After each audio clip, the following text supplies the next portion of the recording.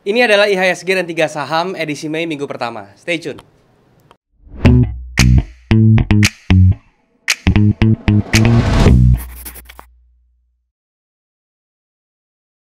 Halo guys, balik lagi sama gue Daryl di This is Daryl Channel. Dan hari kita masuk ke segmen IHSG dan 3 saham. Ini adalah segmen membahas kondisi IHSG dan juga saham-saham yang bisa dijadikan referensi untuk trading kan selama 1 minggu ke depan ya. Tapi sebelum gue mulai, gue mau ingetin buat kalian belum punya grup trading, kalian bisa join di grup trading gue di aplikasi Discord. Link ada di bawah, kalian tinggal klik link tersebut buat join, dan mudah kita bisa langsung diskusi bareng di sana. Gue gak pernah punya grup lain selain di Discord. Jadi kalau misalnya ada banget sama gue di platform lain seperti Telegram, Facebook, Instagram menawarkan investasi dalam bentuk apapun, harap hati-hati karena itu adalah penipuan. Dan hari ini kita akan berbicara tentang IHSG lagi teman-teman ya. Dan memang untuk minggu besok itu kan libur lebaran ya. Kita baru aktif lagi itu tanggal 9 Mei nanti. Jadi ini gue akan bahas tentang kondisi IHSG sebelum dia libur lebaran bagaimana, dan juga nanti pasca lebaran kira-kira nanti kondisinya seperti apa gitu ya. So tanpa berlama-lama lagi langsung saja kita ke monitor teman-teman. Oke teman-teman, sekarang kita sudah ada di dalam monitor dan hari ini kita bicara tentang saham. Oleh karena itu saya menggunakan charting tools dari tradingview.com. Ini adalah charting tools yang saya gunakan untuk menganalisa saham secara teknikal ya. Jadi kalau misalnya kalian belum punya charting tools, kalian bisa cek nih si tradingview.com, daftar di website tersebut secara free, terus kemudian kalian bisa langsung menikmati fitur-fitur yang sangat-sangat lengkap dari tradingview.com. Dan juga kalau misalnya kalian butuh fitur yang lebih lengkap lagi, kalian bisa coba yang pro-nya ya. Karena nanti yang di pro atau yang berbayarnya kalian bisa menggunakan indikator lebih banyak, kemudian menggunakan backtest replay bar ini juga lebih detail, bisa pakai fitur layout juga ya. Ini juga sangat bermanfaat ya, kalian bisa pakai fitur layout sampai jadi bagi 3 gini. Kemudian kalian juga bisa mendapatkan data historis lebih panjang ya. Dan untuk daftar yang pro nya kalian tinggal klik aja link yang ada di bawah, oke? Link TradingView untuk daftar yang pro nya. Oke, hari ini kita akan bahas tentang saham teman-teman ya. Dan memang untuk hari Senin depan ya, Senin besok itu libur lebaran. Jadi kita akan memang aktif kembali tanggal 9 Mei nanti. Jadi hari ini saya akan cuman bahas bagaimana kondisi IHSG sebelum lebaran dan juga nanti pasca lebaran seperti apa gitu ya. Jadi saya akan bahas dari sisi itunya dulu, dan saya akan gambarkan juga secara garis besar bagaimana sektor-sektor yang bisa berpotensi nantinya gitu ya. Untuk saham-saham pilihannya mungkin saya akan bahas minggu depan pada hari Minggu, maksud saya di IHSG 3 saham minggu berikutnya, supaya nanti sudah dekat ya, minggu depan kan nanti itu sudah mau, itu tanggal 8 ya, berarti tinggal tanggal 9 sudah aktif kembali seperti itu, oke? Tapi sebelumnya pertama saya mau mengucapkan minal aidin wal faizin ya, mohon maaf lahir batin. Selamat merayakan hari raya Idul Fitri buat teman-teman semua yang merayakan. Semoga di Idul Fitri kali ini, di bulan Ramadan ini, semua berkat bisa lebih ya untuk kalian semua, oke? Ya, ngomong-ngomong tentang IHSG teman-teman ya. Ini kalau misalnya kita perhatikan di hari Jumat ya kemarin itu ditutup di hari Kamis di hari Kamis kemarin IHSG ditutup di level 7.228 gitu ya. Dengan dia membentuk pola seperti ini ya, dia membentuk base yang seperti flag ini ya. Yang mana tendensinya ini tentunya dia akan bergerak ke atas gitu ya. Dari candle terakhir penutupannya itu juga sudah close atau sudah bergerak di atas 7.200, artinya tendensi ke atas itu lebih besar ya dibandingkan dia turun ke bawah, oke? Seperti itu. Dan dilihat dari fundamental teman-teman ya, makroekonomi ya, data dari US kalau kemarin kita lihat ya, itu semuanya buruk teman-teman ya. GDP turun ya, kemudian inflasi naik segala macam. Itu mungkin bisa menjadikan kita itu cukup hati-hati teman-teman ya. Kalau misalnya kita perhatikan, oke, datanya itu kalau misalnya kita lihat ya di investing.com, kalau kita buka ya.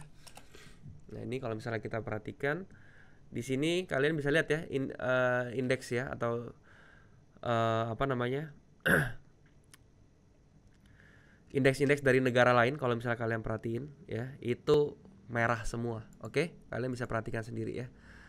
Ini minus 2% di Dow Jones ya. Dow Jones minus 27,77%, S&P minus 3,63, Nasdaq minus 4%. Ini luar biasa ya, luar biasa sekali. Kalau misalnya kita lihat juga ya, sebentar ya, yang lain kita lihat. Nah ini ya.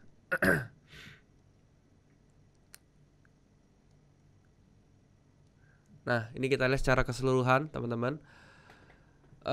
Memang di Amerika itu ya, yang indeks Amerika tuh sudah mulai merah semua. Ini biasanya bertindaknya tuh lagging teman-teman. Jadi nanti biasanya tuh yang lainnya tuh akan latah atau akan ngikut ya.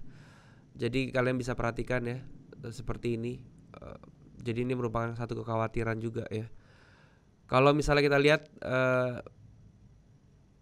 Indonesia masih hijau ya. Kemudian kalau misalnya kita lihat lagi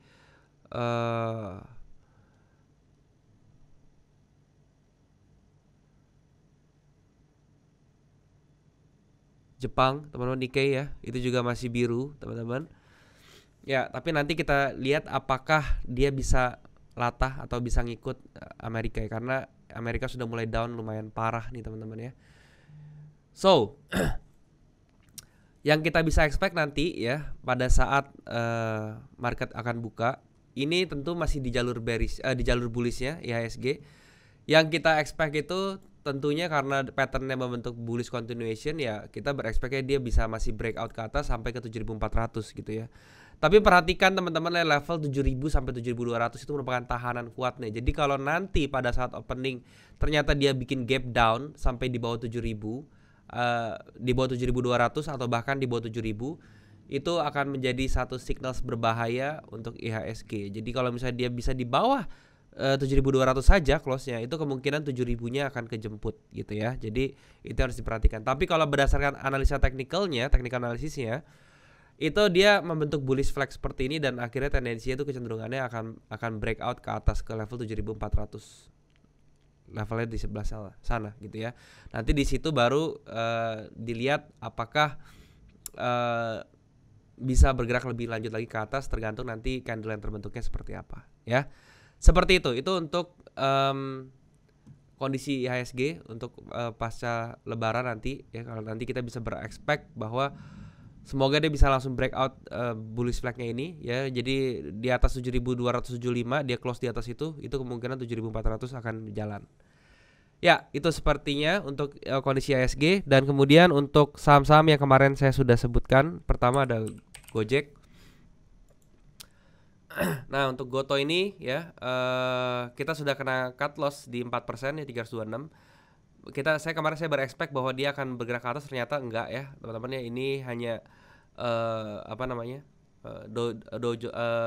doji di sini tuh hanya continuation, jadi tidak bergerak, tidak bertindak sebagai reversal candle seperti itu ya, karena faktor-faktor penjamin atau uang penjamin Goto juga sudah mulai habis semua kan ya. Ya itu yang menjadi faktor dari Goto ini kenapa dia masih terus tergerus sampai ke bawah ya, sampai ke 272. Seperti itu untuk Goto. Berikutnya ada ASA, teman-teman.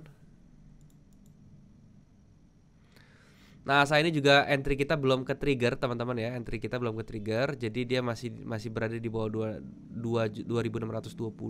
Jadi nanti kita tunggu saja sampai dia bergerak di atas 2620 dan baru kita nanti bisa entry. Oke.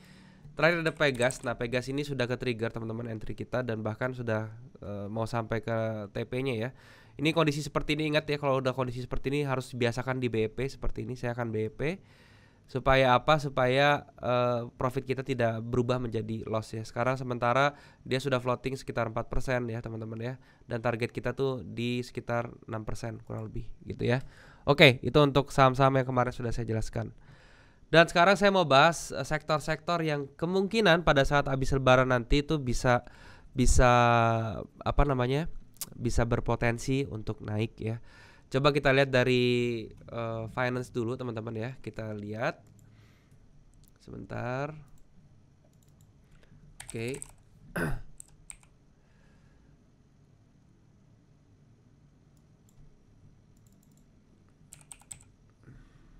Nah, kita lihat dari IDX Finance dulu seperti apa ya. Nah, untuk finance ya, ini juga berpotensi teman-teman ya. Kalau misalnya kalian perhatikan ya, finance ini berpotensi untuk melanjutkan bullishnya nanti ya, selama dia tidak bergerak kembali ke bawah ini. Jadi batas bawahnya itu 1629 sampai 1630, dia masih berada di atas ini. Selama dia masih berada di atas ini, dia harusnya targetnya itu 1:1 teman-teman ya, seperti ini. 1:1-nya ya. Kita bisa perhatikan, nah sampai sini ya. Jadi targetnya tuh masih lumayan. So ini masih berpotensi nih ya, si financial ini masih berpotensi untuk dia naik ke 1663 gitu ya. Itu untuk finance. Coba kita lihat properti sekarang. Properti ini juga sudah di bottom dalam bentuk diamond pattern seperti ini, yang artinya kita berekspek ya, kalau misalnya kalian lihat di sini ada bullish momentum dengan koreksi yang kecil-kecil, berarti tandanya dia bisa untuk segera menuju ke atas juga nih, sudah breakout juga ke atas. Kita berharap dia bisa bergerak ke atas lagi ya, karena diamond pattern ini sebenarnya juga reversal pattern gitu loh. Jadi properti juga bisa mulai kalian perhatikan saham-saham properti yang lumayan bagus itu seperti apa ya. Jadi kalian bisa mulai ambil ancang-ancang gitu ya. Jadi kedua sektor ini yang kita akan fokus teman-teman ya untuk habis lebaran, karena memang kedua sektor ini menunjukkan technical analysis yang oke juga gitu ya untuk ditradingkan. Nah, sekarang untuk saham-saham yang kalian request teman-teman ya, tidak banyak. Yang pertama itu adalah KF. Nah, untuk KF ini dia masih bearish kencang sekali teman-teman ya. Belum ada tanda-tanda dia melakukan atau dia mau bullish. Dia terakhirnya pun dia masih membentuk lower low ya. Ini juga masih belum ada tanda-tanda atau signal untuk balik arah ya. Jadi lebih baik kalau misalnya kondisi seperti ini kita wait and see dulu sampai minimal dia bikin satu higher high dulu di atas 1645, baru kita bisa mencari buy-nya gitu ya. Untuk KF seperti itu. Kemudian berikutnya PTPP. Oke, nah PTPP ini menarik ya teman-teman ya. Kenapa? Karena dia sekarang sudah terkoreksi sampai ke hampir ke bottomnya dan dia membentuk base ya. Ingat di bottomnya ini kalau misalnya kalian perhatiin, ini bottomnya kenapa dia bikin di sini base-nya, karena di sini adalah area demand-nya gitu ya. Ini area demand bertumpuk, dia bikin base lagi dan dia sudah breakout ke atas. PTPP ini menarik dan bisa kalian lakukan aksi beli ya teman-teman ya di sebelah sini. Jadi kalau misalnya kalian mau buy ya, kalian bisa buy di angka ini. Stop loss-nya itu cukup di bawah sini ya, di bawah low-nya dia atau sekitar 7%. Dan untuk TP-nya kalian bisa ambil lumayan nih ya, bisa sampai ke high-nya atau di harga 1130 ya, 1:3 risk reward ratio-nya. Ya, jadi PTPP ini lumayan bagus ya untuk kalian coba buy. Dan yang terakhir ada PTRO teman-teman. Nah, untuk PTRO ini sendiri ini juga lumayan oke ya. Cuman teman-teman ingat di PTRO ini dia sudah mau, walaupun dia naik ya, kenaikannya ini tidak terlalu signifikan lagi teman-teman. Kenapa? Karena di sini tuh ada daerah yang sangat kuat di 3000-an ya. 3000 sampai 3050 itu ada daerah kuat atau area supply yang menahan harga. Jadi nanti hati-hati kalau misalnya kalian sudah buy di bawah ya, misalnya di 2800 kalian buy, ya mungkin diperhatikan di level 3000 nanti apakah dia bisa breakout ke atas ya. Tapi kalau secara teknikalnya memang ini masih bullish dan ini masih trennya tuh masih bisa ke atas, dan semoga dia bisa mencapai 3300. Itu targetnya dia di 3300 sampai 3350. Itu menjadi target dari si PTRO seperti itu. Oke.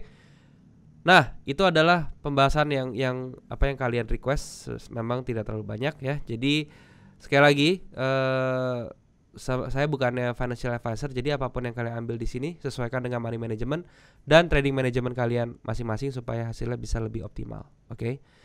Semoga bisa bermanfaat teman-teman. Mungkin segini dulu informasi dari saya. Terima kasih, sampai jumpa di next video. Sekarang kita balik lagi ke kamera.